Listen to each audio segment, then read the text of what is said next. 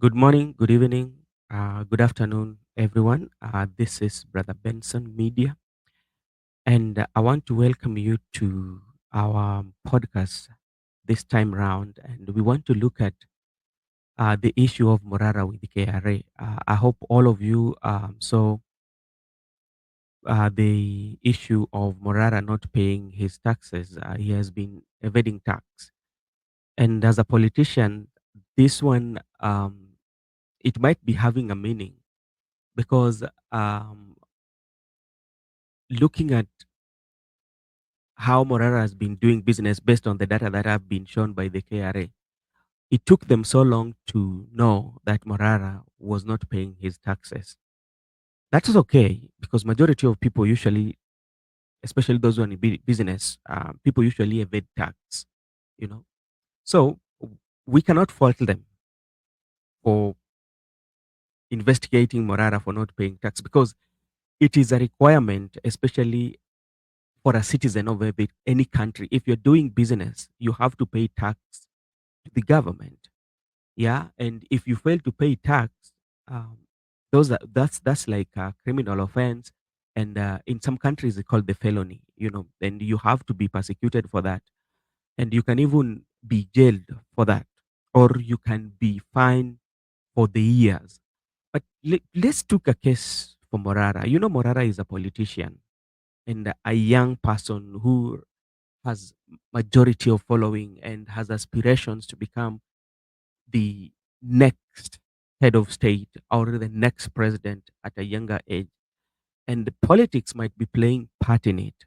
So I want to take my perspective into political angle, yeah, because he's a competitor to actually incumbent president. So I would like to take the political angle. Why would KRA go to Morara right now? Let's play the clip from Nation TV, and from there we can dive in and give you my 3 or 4 reasons why I feel this one is happening.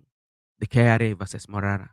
That is KRA, has launched an investigation targeting activist Morara Kebaso for allegedly failing to pay taxes amounting to 27 million shillings in the past 3 years. According to KRA, Kebaso made over 180 million shillings since 2022 through 6 businesses that he owns, but filed nil returns at the end of each year. But as David Mudhoka reports, the 2027 presidential aspirant claims he has always been tax compliant and has even produced 2 tax compliance certificates for the last 2 years to prove his innocence. You can't run on that platform anymore.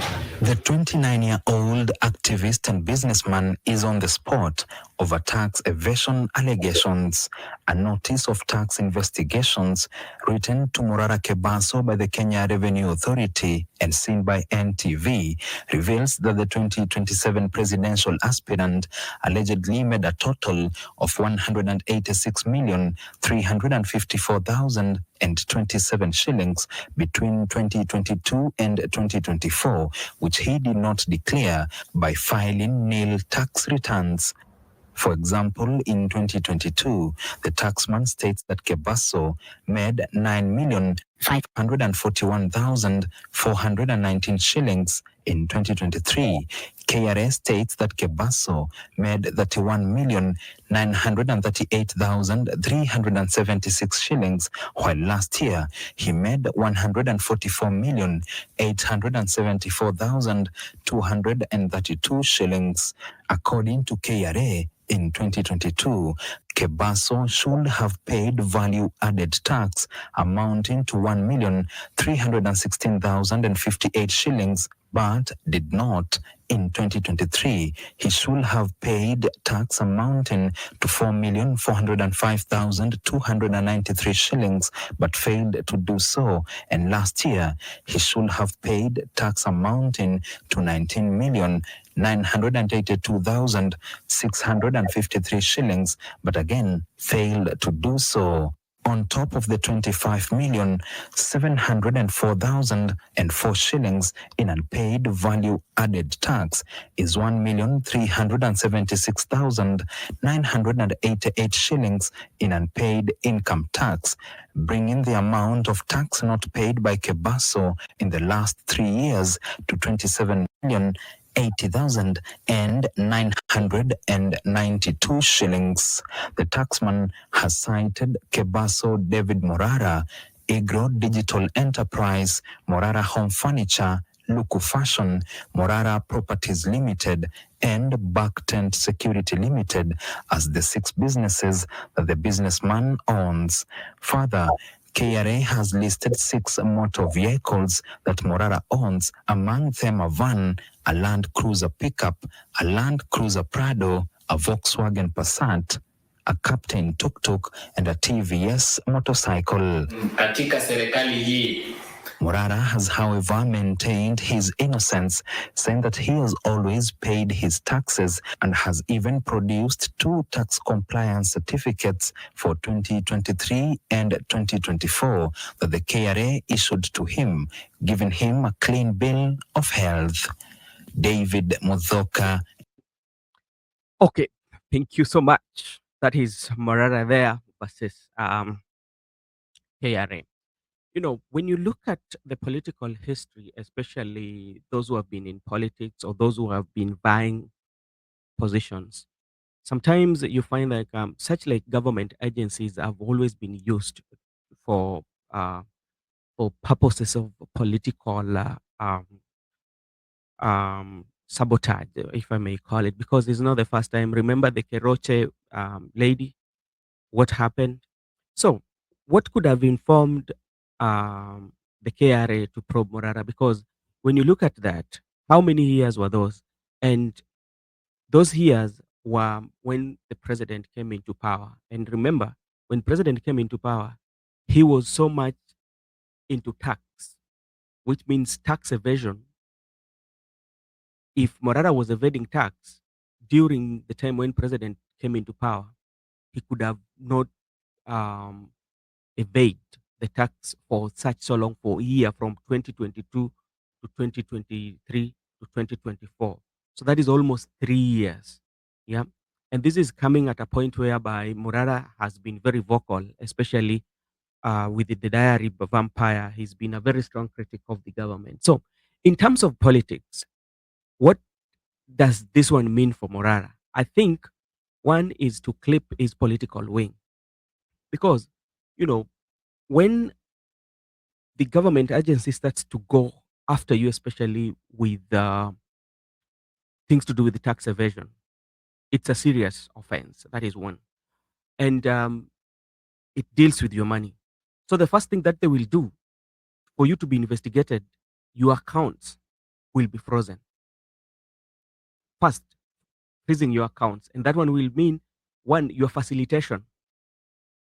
Somebody like Morara who is campaigning, working, going to those projects that have been launched, that are stuck, you know, he will not find time to facilitate himself to those particular regions doing his diary because his source of income will be frozen. Yeah. So that is one. Secondly, when you look also in terms of politics, because Morara is planning to run for presidency, or if he doesn't run for presidency, he will maybe seek any position in the political office. One of the qualifications to be cleared, I mean by IEBC, you have to be tax compliance. Yeah.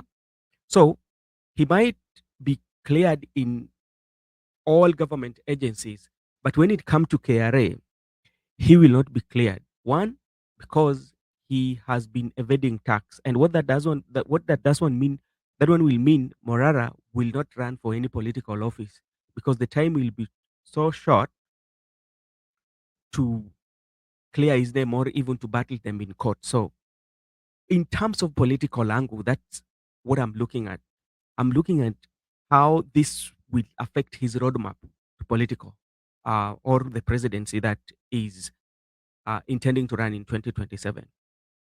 Two, also, it's creating Morara as somebody that should not be trusted. The reason why I'm saying that, remember, immediately after the Gen Z, Morara came out and he started to do his vampire diary, visiting every project immediately after president launching this project and how much it costed and what. And after that, Morara came and appealed to Kenyans to contribute, yeah, to facilitate his diaries. Yeah, and Kenyans of goodwill actually contributed to an extent whereby Morara was able to buy a car. Yeah. So that was the trust that he had between him and the Kenyans people and the people who share in his political ideology.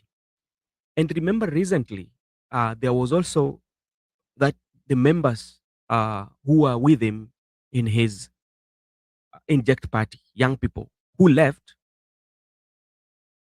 that Morara was not accounting for the money that was being being contributed. Yeah. So you're looking at